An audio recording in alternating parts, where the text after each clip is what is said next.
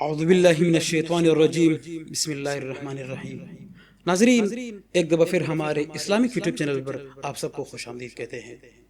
ناظرین، تاریخی اعتبار سے دنیا کا ایک اہم ترین شہر جب فتح ہونے جا رہا تھا تو فاتح فوج کے سپہ سالار نے اپنے حاکم سے کہا کہ آپ آئیں اور شہر کا چارج سنبھالیں، اور یہی شرط اس شہر کی حاکم نے بھی رکھی تھی کہ حاکم آئے گا تو اسے ہی شہر کی کنجیاں دی جائے گی۔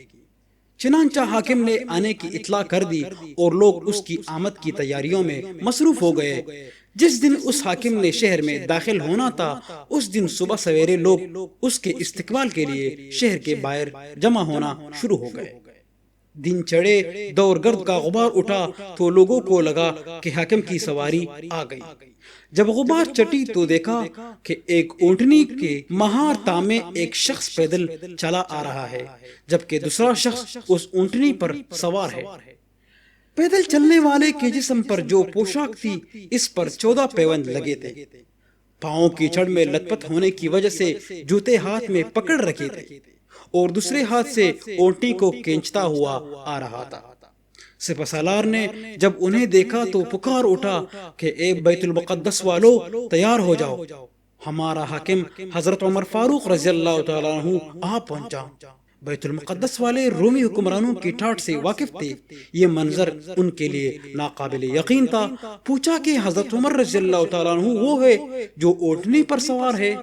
تو جواب ملا کہ نہیں، اونٹنی پر سوار تو کوئی خادم ہے، حضرت عمر رضی اللہ تعالیٰ عنہ تو وہ ہے جو پیدل چلا آ رہا ہے۔ لوگوں میں چیمے گوئیاں شروع ہو گئی۔ سپہ سالار نے اپنے سامان سے قیمتی پوشاک نکالی اور گھوڑا دوڑا کر عمر رضی اللہ تعالیٰ عنہ کے پاس پہنچا اور کہا کہ آپ یہ پوشاک پہن لے تاکہ شہر والوں پر رعب پڑ سکے۔ حضرت عمر رضی اللہ تعالیٰ عنہ نے جواب دیا کہ عزت کا معیار اس پوشاک میں نہیں بلکہ اللہ تعالیٰ کی فرمانبرداری میں ہے۔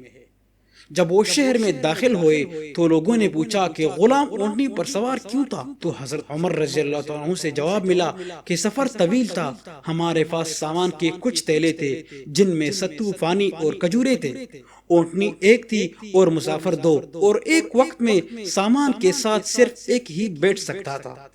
تو بیچ میں یہ طے ہوا کہ ایک منزل ایک مسافر اونٹنی پر سوار ہوگا اور دوسری منزل دوسرا مسافر۔ اتفاق یہ ہوا کہ جب بیت المقدس داخل ہونے لگے تو اونٹنی پر سوار ہونے کی باری غلام کی تھی۔ اس نے کہا بھی کہ وہ پیدل چلے گا، لیکن میرے ضمیر نے گوارا نہ کیا۔ جی ہاں ناظرین، یہ تھے حضرت عمر رضی اللہ تعالیٰ عنہ جو 22 لاکھ مربع میل پر پھیلے رقبے کے حکمران تھے۔ یہ تھے وہ صحابہ رضی اللہ تعالیٰ عنہما کہ جن کی تربیت خود نبی پاک صلی اللہ علیہ وسلم نے خود کی تھی۔ یہ دنیا اگر 7 مرتبہ بھی بنائی جائے ناظرین تو عمر رضی اللہ تعالیٰ عنہ جیسا ایک بھی حکمران پیدا نہ کر سکے گی، کیونکہ حضرت عمر رضی اللہ تعالیٰ عنہ کے پاس اللہ تعالیٰ کی ہدایت اور نبی پاک صلی اللہ علیہ وسلم کی ٹریننگ تھی۔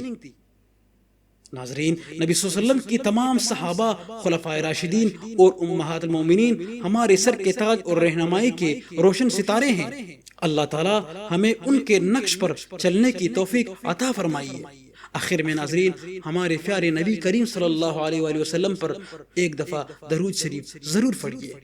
اپنے اس گناہگار بندے کو دعاؤں میں ضرور یاد رکھنا۔ اللہ حافظ۔